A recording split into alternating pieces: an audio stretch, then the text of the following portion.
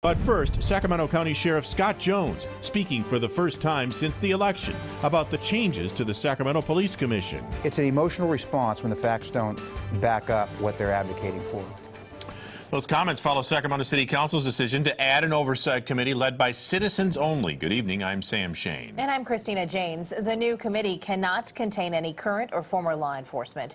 CBS 13's Drew Balea is live in Sacramento with more on what Sheriff Jones said today. Drew? Yeah, Sheriff Jones had a lot of problems with what the City Council had decided to do. And while he always says he's looking for ways to improve his department, he says that creating some sort of an independent review board isn't in his future plans. It's a flawed system.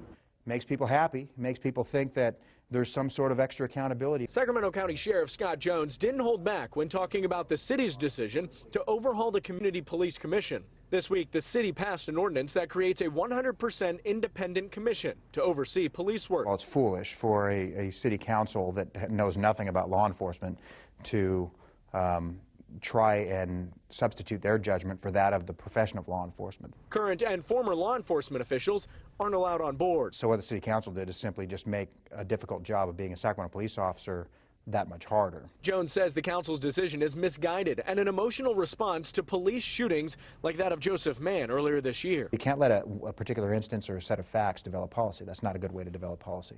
And that's what the police department, that's what the city council is doing. The sheriff's department is a bit different. It has an inspector general who answers to the board of supervisors and can investigate incidents or complaints. There's also an advisory board. I think that we can always look at it ourselves for improvement. Supervisor Patrick Kennedy sees room for changes in the oversight of the sheriff's department. Is that board truly transparent? Is it truly independent?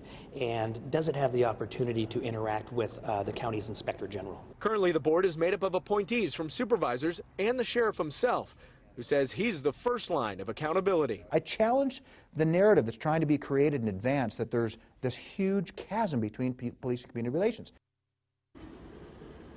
And at least on a national scale, a Gallup poll seems to back up the sheriff's comments there. The recent poll shows that Americans who have a great deal of respect for police is up to 76%. That's compared to 64% last year. Still, some changes to that advisory board will be discussed on December 13th. Drew Balea live in Sacramento for us. Drew, thank you.